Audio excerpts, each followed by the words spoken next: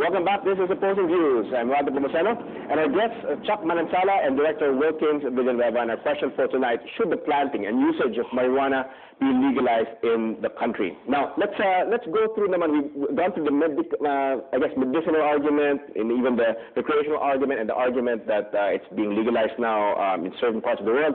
Let's talk about its correlation to crime, because that's also an important factor. In your experience, Director Wilkins, is there a strong correlation between drug addiction and crime? Okay. Not only experience tayo. 2009, the Philippine Drug Enforcement Agency and the Bureau of Jail Management and Penology has conducted a survey among the inmates in Pilipinas. And the result of the survey is quite intriguing. Out of the total population of all inmates in the Philippines 2009, 30% were there arrested and detained because of direct violation of the Republic Act 9165. Ibig sabihin, nag-violate sila ng batas ng droga. Mahuli. How many percent again? That's 30%. 30%. So may natitira tayong 70. 50% of those remaining have violated different crimes, but under the influence of dangerous drugs. All right. So only out of the 100% inmates over 2009, 20% lang ang walang kinalaman. Okay. Now, babalikan natin ngayon yung rehabilitation, yung center-based na survey natin. Sa lahat ng residents and outpatients na tinitreat ng rehabilitation centers natin, 34% doon for the past 3 years. Naandun, not because of any other substance, but marijuana. Marijuana focus. All right. So if 34% of the 80% na nakakulong sa Pilipinas, abay malaki yan. And it will really affect the peace and order situation of the country. All right. Chuck, those are hard numbers. How can you well, if you were incarcerated because you use marijuana, only the reason is because you use marijuana. When it becomes legal, that is a non-issue. It does not become a crime anymore. Use or possession, of course. All right. So that decreases it immediately. Now, how many crimes are committed because of marijuana? I have no idea on how valid that study is, because crime is first and foremost a socio-economic issue. If you're going to make a study, you must factor in socio-economic issues, other concerns, the psychological makeup of the person, and probably the use of certain substances. But to blame marijuana as a source of crime, I think is a hallucination. Can I ask you something? What is the crime rate in the Netherlands? Would you be familiar? I'm not familiar with the... But would you know if upon legalizing marijuana, the crime rate got lower, or maybe in Uruguay? I have no idea now. Well, Uruguay, we have to watch for what's happening in Uruguay. Well, Uruguay is a country of 3 million, madaling makita na agad yan. But I do not know of any study that shows causation, meaning marijuana is the reason why they committed the crime. So you're just saying they just took it. It's just a coincidence that they took marijuana? And why is it that there are more people using marijuana? Because it's cheaper than shabu and cocaine. Yeah.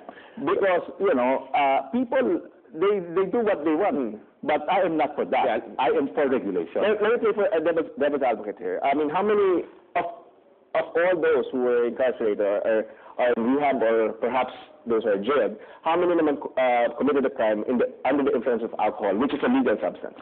We still don't have that. You don't have that. Wala tayo. Bukod pala tayo sa drugs eh. So kung 20% ng nung naandun na walang kinalaman ng drugs. So it's possible na alcohol naman.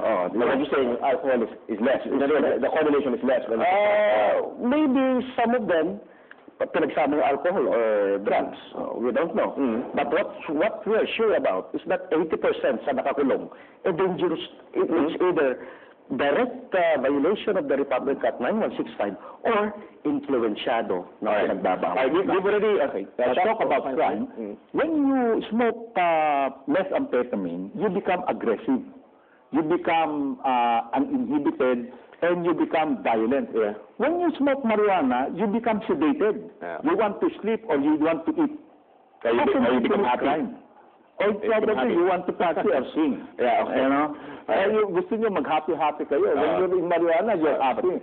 But meth makes you more aggressive. meth, and especially IB. Right. We talked about we're reaching the tail end of the show. No? We talked about the medicinal benefits and the argument on the recreational side of marijuana, and also the possibility of legalizing it. No? We have also talked about its correlation to crime. Now let's talk about its impact on the economy. No? I mean, again, assuming that marijuana is controlled and legalized.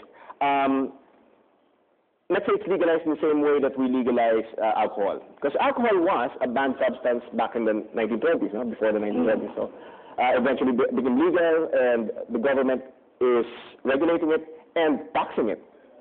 And the government is now taxing cigarettes, which is known to have ill effects to the health. Now, my question is, if we legalize it, do you think it's possible that this might have a positive impact in our economy, because it will obviously generate taxes, additional taxes, and perhaps the taxes can be used for regulation? Of course, sa United States, talagang millions of dollars yung nakukuha out of taxation only. But the thing is, meron mga intangibles tayo eh. For marijuana, we have it will boil down to creation of another social ills pa rin eh. Papasok pa rin tayo sa social ills, and yet it's not quantifiable. For example, how can you quantify the effect of the economic effect of marijuana sa minors na gumagamit? And ipapasok mo doon yung family. A parent who's using drugs, pasok doon, yung community, kung saan siya naandun. And of course, sa country natin. Yeah. You cannot quantify the economic gains that you have, and you read kung paano naman ano nangyayari dun sa impact on this social ills that it will bring to the society. Chuck, your thoughts on talking about the economic value of marijuana. There are a lot of economic benefits that we can derive from marijuana as medicine, as an industrial product, as a raw material for paper, as a raw material for textiles, for nutraceuticals or food supplements. It is a very potent antioxidant. It is a very potent anti-inflammatory, a lot of things. Now, just imagine this. I appeal to everyone to look and question something. Go out and buy a pack of cigarettes. What does it say? Smoking kills. Hindi na speculative yun. Nakasulat, gobyerno nagtakda. Smoking kills. But it is legal. It is allowed. What if we convert all tobacco plantations, whose only known use is recreational, and convert it into government-regulated marijuana plantations? So maybe baka meron tayong bagong industry. Eh, ang gaganda ng marijuana natin sa Pilipinas. Not the organization. All right. We reach the tail end of our show. As I mentioned, we have a couple of minutes. Director Wilkins, your final words on this issue. Again, I have been in drug enforcement service for more than 12 years. I've seen so many parents. I've seen so many victims of dangerous drugs. All kinds of drugs. I've been there. And once you're addicted to drugs, including marijuana, pare-pareho sila eh. Hindi mo siya pwede sabihin, ito, addict ng addict ng shabu. Ito, addict ng cocaine to, pero dahil ito, addict ng... Pare-pareho sila. In the way they once you're addicted, you're in it. And wala pwede magsabi na hindi siya addicted. Because we have the research, we have the survey, we have the patients we are treating for addiction.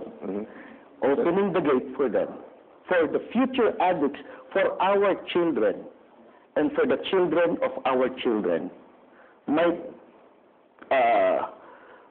bring negative than on the positive side. All right. At ang mahirap doon, tayo ang sisisihin ng mga anak natin, Dad, on your time, bakit nilegalize ito? Okay. All right. Thank you very much, Director Wilkins. Chuck, your parting words? Yes. Marijuana is medicine. Marijuana is safe medicine. To continue putting marijuana under Schedule 1 classification is scientifically, legally, and morally wrong.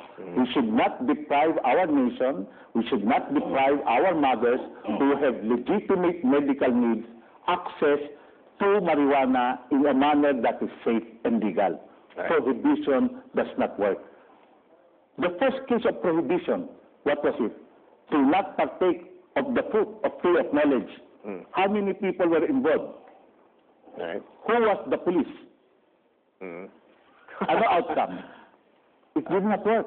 So we focus not on prosecution, but on regulation. Let us make marijuana a health issue, and we will work with government, we will work with the Dangerous Drugs Board and PDEA, so we can immediately start the medical research and experimentation on marijuana, or cannabis, as it should be properly called, both as a pharmaceutical agent and as an herbal medicine. All right. Thanks very much, Mr. Chuck Manansala. Thank you to our guest, Mr. Chuck Manansala, founder of the Medical Cannabis Research Center, also a founding member of the Philippine Cannabis Compassion Society, and a supporter, of course, of the Philippine Moms for Marijuana. And, of course, we'd like to thank Director Wilkins Villanueva from the Preventive Education and Community Involvement Service of the Philippine Drug Enforcement Agency, or PDEA.